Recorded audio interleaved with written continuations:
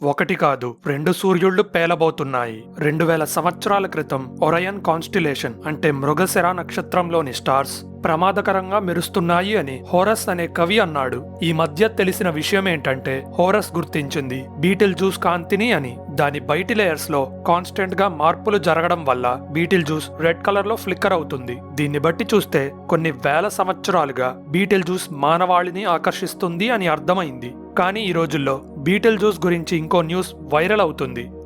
అది పేలడానికి సిద్ధంగా ఉంది అని. గడిచిన కొన్ని సంవత్సరాలుగా బీటిల్ జ్యూస్ కాంతి పెరుగుతూ తగ్గుతూ వస్తుంది. అంటే అది అంతానికి దగ్గరగా వచ్చింది అని అర్థం. దాని కథ ముగిసిన తర్వాత బీటిల్ జ్యూస్ ఒక భారీ పేలుడుతో మన ఆకాశాన్ని కమ్మేస్తుంది. ఆ పేలుడునే సూపర్ నోవా అనొచ్చు. అయితే బీటిల్ జ్యూస్ కాంతి 400 సంవత్సరాల సైకిల్ ని ఫాలో అవుతుంది. అంటే 400 సంవత్సరాల టైం పీరియడ్ లో కాంతి పెరుగుతుంది, మళ్ళీ తగ్గుతుంది. అయితే 2019లో అది వైలెంట్ గా పేలి దాని వాతావరణంలో కొంత భాగాన్ని అంతరిక్షంలోకి విడిచింది.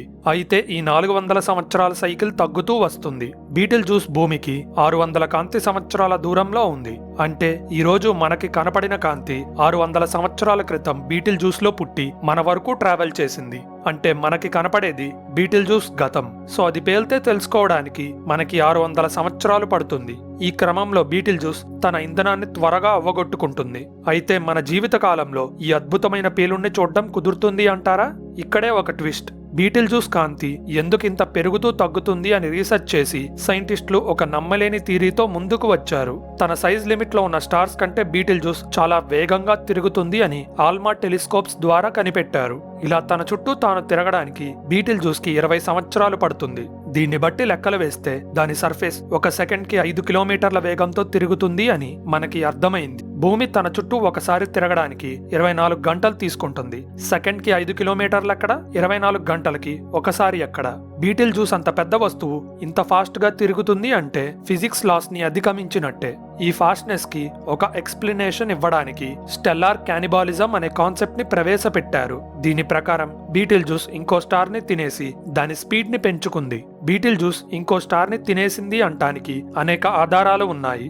దాని ఔటర్ అట్మాస్ఫియర్ అంటే వాతావరణం యొక్క బయటి పొరల్లో ఉండాల్సిన దానికంటే ఎక్కువ నైట్రోజన్ ని గుర్తించాం. జనరల్ గా ఈ నైట్రోజన్ లోపలి లేయర్స్ లో ఉండాలి. అది బయటికి వచ్చింది అంటే బీటిల్ జ్యూస్ లేయర్స్ కలిసిపోయి ఉండాలి. ఒక గ్లాస్ వాటర్ తీసుకోండి, దాన్ని ఒక రొటేటింగ్ టేబుల్ మీద తిప్పండి. ఏమవుతుంది? వాటర్ మధ్యలో ఒక సుడిగుండంలా ఫామ్ అవుతుంది కదా. ఈ సుడిగుండం వల్ల నీటిలోని కింద లేయర్స్ పైకి వస్తాయి. సేమ్ బీటిల్ జ్యూస్ లో కూడా ఇదే జరిగి లోపల ఉండాల్సిన నైట్రోజన్ బయటికి వచ్చింది. ఈ గోల మొత్తానికి ఒకే ఒక్క కారణం, అదే బీటిల్ జ్యూస్ తిరిగే స్పీడ్ పెరగడం. ఇంత పెద్ద ట్విస్ట్ ఇచ్చి సైంటిస్టులు మళ్ళీ ఇంకో షాకింగ్ న్యూస్ బయట పెట్టారు.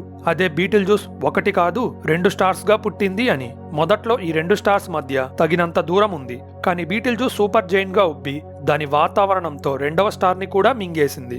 కానీ ఆ 2వ స్టార్ ఊరుకోలేదు. బీటిల్ జ్యూస్ వాతావరణాన్ని కూడా తట్టుకొని దాని నుండి పదార్థాన్ని లాగడం మొదలుపెట్టింది. ఇలా బీటిల్ జ్యూస్ నుండి పదార్థాన్ని తినేస్తూ ఆ 2వ స్టార్ కూడా పెద్దదైంది. దీనివల్ల 2వ స్టార్ కి బీటిల్ జ్యూస్ వాతావరణం రాసుకొని రాపిడికి గురయ్యింది. అప్పుడేమయ్యింది?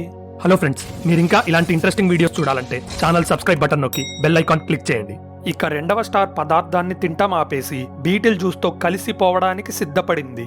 2వ స్టార్ నుండి వచ్చిన పదార్థం బీటిల్ జ్యూస్ యొక్క హీలియం కోర్ ని డిస్టర్బ్ చేసి మళ్ళీ హైడ్రోజన్ ఫ్యూజన్ జరిగే స్టేజ్ కి తీసుకువెళ్ళింది. ఒక స్టార్ లో న్యూక్లియర్ ఫ్యూజన్ ద్వారా హైడ్రోజన్ కలిసి హీలియం గా మారి శక్తిని విడుదల చేస్తుంది. కానీ హైడ్రోజన్ అయిపోయాక కుదిరితే మిగిలిన హీలియంతో కూడా శక్తిని పుట్టించొచ్చు.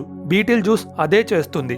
హైడ్రోజన్ ని అవ్వగొట్టుకొని హీలియంతో శక్తిని పుట్టిస్తుంటే 2వ స్టార్ కలిసి హైడ్రోజన్ ని ఇచ్చింది. ఆ హైడ్రోజన్ ని పొందిన బీటిల్ జ్యూస్ కొంత సమయం వరకు మళ్ళీ హైడ్రోజన్ ఫ్యూజన్ తో శక్తిని పుట్టించే స్టేట్ కి వెళ్ళింది. కానీ ఇది ఎక్కువ కాలం జరగలేదు. అప్పులా వచ్చిన హైడ్రోజన్ ని అవగొట్టేసి బీటిల్ జ్యూస్ మళ్ళీ రెడ్ జైంట్ గా ఉబ్బింది. ఇప్పటి వరకు మాట్లాడుకున్న ప్రతి విషయం కంప్యూటర్ సిమ్యులేషన్స్ ద్వారా తెలుసుకున్నాం. అయితే వేరే సిమ్యులేషన్స్ మరో రకమైన రిజల్ట్స్ చూపించాయి. బీటిల్ జ్యూస్ చుట్టూ తిరిగే 2వ స్టార్ ని అది తినలేదు. బీటిల్ జ్యూస్ ని వేరియబుల్ స్టార్ అంటారు. అంటే కొన్ని సంవత్సరాలు దాని కాంతి ఎక్కువగా ఉంటే మరికొన్ని సంవత్సరాలు తక్కువగా కనబడుతుంది. ఇలా కాంతి పెరగడం తగ్గటం 2 సైకిల్స్ గా జరుగుతుంది. ఒక సైకిల్ ఏమో సంవత్సరం పాటు ఉంటే ఇంకో సైకిల్ 6 సంవత్సరాల పాటు ఉంటుంది. ఇలా సైకిల్స్ రూపంలో కాంతి ఎందుకు పెరిగి తగ్గుతుందో మరికొన్ని కంప్యూటర్ మోడల్స్ ద్వారా సైంటిస్టులు రీసెర్చ్ చేస్తున్నారు. ఈ మోడల్స్ లో కొన్ని వేరియబుల్స్ ని వాడారు. అంటే బీటిల్ జ్యూస్ మ్యాగ్నెటిక్ ఫీల్డ్ వల్ల లేకపోతే మన టెలిస్కోప్స్ కి బీటిల్ జ్యూస్ కి మధ్య టైం టు టైం ఏదైనా అడ్డుపడటం వల్ల దాని కాంతి పెరిగి తగ్గుతుందా అనే చర్యల్ని వేరియబుల్స్ అనొచ్చు. ఈ అనాలిసిస్ కూడా కన్సిస్టెంట్ గా ఒక్కటే చెప్తుంది, అదే బీటిల్ జ్యూస్ చుట్టూ ఉండే ఇంకో స్టార్ వల్ల ఇదంతా జరుగుతుంది అని. ఈ స్టార్ కి బీటిల్ బడ్డీ అని పేరు పెట్టారు. ఈ బీటిల్ బడ్డీ ఫిజిక్స్ సూత్రాలకు చిక్కని ఇంకేదో చర్యని జరుపుతుంది అని సైంటిస్టులు అర్థం చేసుకున్నారు. అంటే బీటిల్ జ్యూస్ చుట్టూ ఉన్న దుమ్ము మేఘాన్ని క్లియర్ చేస్తూ బీటిల్ బడ్డీ టెంపరరీగా బీటిల్ జ్యూస్ కాంతి ఎక్కువ మొత్తంలో మనకి చేరేటట్టుగా చేయొచ్చు. ఈ బీటిల్ బడ్డీ థియరీ ద్వారా బీటిల్ జ్యూస్ యొక్క కాంతి పెరిగి తగ్గే సైకిల్స్ అయిన 1 మరియు 6 సంవత్సరాల్ని ఎక్స్ప్లెయిన్ చేయొచ్చు. అయితే ఇంకో విధంగా ఆలోచిస్తే ఈ 1 మరియు 6 సంవత్సరాల సైకిల్స్ లో 6 సంవత్సరాల సైకిల్ కన్సిస్టెంట్ గా జరిగితే 1 సంవత్సరం సైకిల్ ని దాని సైడ్ ఎఫెక్ట్ గా భావించొచ్చు. ఇది నిజమైతే బీటిల్ జ్యూస్ త్వరలో పేలిపోతుంది. కానీ 6 సంవత్సరాల సైకిల్ అనేది 1 సంవత్సరం సైకిల్ వల్ల వచ్చిన సైడ్ ఎఫెక్ట్ అయితే బీటిల్ జ్యూస్ యొక్క కాంతి అనేది బీటిల్ బడ్డీ వల్ల పెరిగి తగ్గుతుంది అనుకోవచ్చు. బీటిల్ బడ్డీ మన సూర్యుడి కంటే 2 రెట్లు పెద్దగా ఉంటుంది. సో బీటిల్ జ్యూస్ పనిచేసే విధానానికి 6 సంవత్సరాల సైకిల్స్ ఇంపార్టెంటా లేకపోతే 1 సంవత్సరం సైకిల్ ఇంపార్టెంటా అనే విషయాన్ని బట్టి భవిష్యత్తులో దానికి ఏమవుతుందో అంచనా వేయొచ్చు. అయితే 2024 డిసెంబర్ 6న బీటిల్ జ్యూస్ ని మరోసారి చూసే అవకాశం దక్కింది. ఈ అబ్జర్వేషన్ లో బీటిల్ జ్యూస్ చుట్టూ నిజంగా బీటిల్ బడ్డీ తిరుగుతుందో లేదో కనిపెట్టొచ్చు. కానీ సైంటిస్టులు ఆ రిజల్ట్స్ ఇంకా రిలీజ్ చేయలేదు. ఇక్కడే ఇంకో ట్విస్ట్. ఏంటో సుకుమార్ సినిమాలో కూడా ఇన్ని ట్విస్టులు ఉండవు, ఈ టాపిక్ లో ఇన్ని ట్విస్టులు ఎందుకున్నాయి అనుకోకండి. ఈ ఫైనల్ ట్విస్ట్ ప్రకారం బీటిల్ జ్యూస్ బయటి లేయర్ దారుణమైన స్పీడ్ తో తిరుగుతుంది అనేది ఒక ఆప్టికల్ ఇల్యూజన్, అంటే ఒక మాయ అయి ఉండొచ్చు. ఈ మధ్య కొన్ని టెలిస్కోప్స్ ద్వారా బీటిల్ జ్యూస్ ని చూసినప్పుడు ఇంకో నిజం బయటపడింది. అదే దాని బయటి లేయర్ స్మూత్ గా ఉండదు, లావా బుడగలు కక్కుతున్నట్టుగా అల్లకల్లోలంగా ఉంటుంది అని. కన్వెక్షన్ అనే ప్రాసెస్ వల్ల బీటిల్ జ్యూస్ ఇలా ఉడుకుతున్నట్టుగా కనపడి ఉండొచ్చు. కన్వెక్షన్ ప్రాసెస్ ద్వారా వేడి ప్లాజ్మా పైకి వచ్చి చల్లటి ప్లాజ్మా లోపలికి వెళ్లిపోతుంది. ఇది రోలింగ్ ఎఫెక్ట్ ని సృష్టిస్తుంది. ఈ ఎఫెక్ట్ బుడగల రూపంలో మనకి కనబడుతుంది. దీనివల్ల బీటిల్ జ్యూస్ యొక్క కాంతి మరియు టెంపరేచర్ పెరుగుతూ తగ్గుతూ ఉండొచ్చు.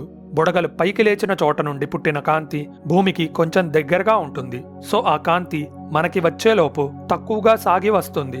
బుడగలు లేని ప్రదేశం భూమికి దూరంగా ఉంటుంది. సో దాని నుండి వచ్చే కాంతి మనకి వచ్చేలోపు ఎక్కువగా సాగుతుంది.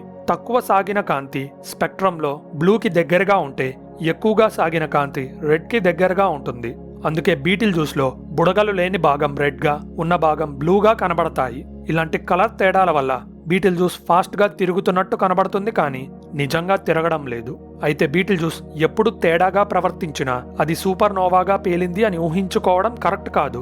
ఒకవేళ అది నిజంగా సూపర్ నోవాగా పేలి ఉంటే దాన్ని మన జీవిత కాలంలో చూడగలడం అనేది ఒక పెద్ద అదృష్టం అనుకోవాలి. ఇలాంటి ఇంట్రెస్టింగ్ స్పేస్ ఫ్యాక్ట్స్ గురించి తెలుసుకోవాలంటే మన ఛానల్ సబ్స్క్రైబ్ బటన్ నొక్కి బెల్ ఐకాన్ క్లిక్ చేయండి. ఈ ఇన్ఫర్మేషన్ అందరికీ రీచ్ అవ్వాలంటే వీడియో లైక్ చేయడం మర్చిపోకండి.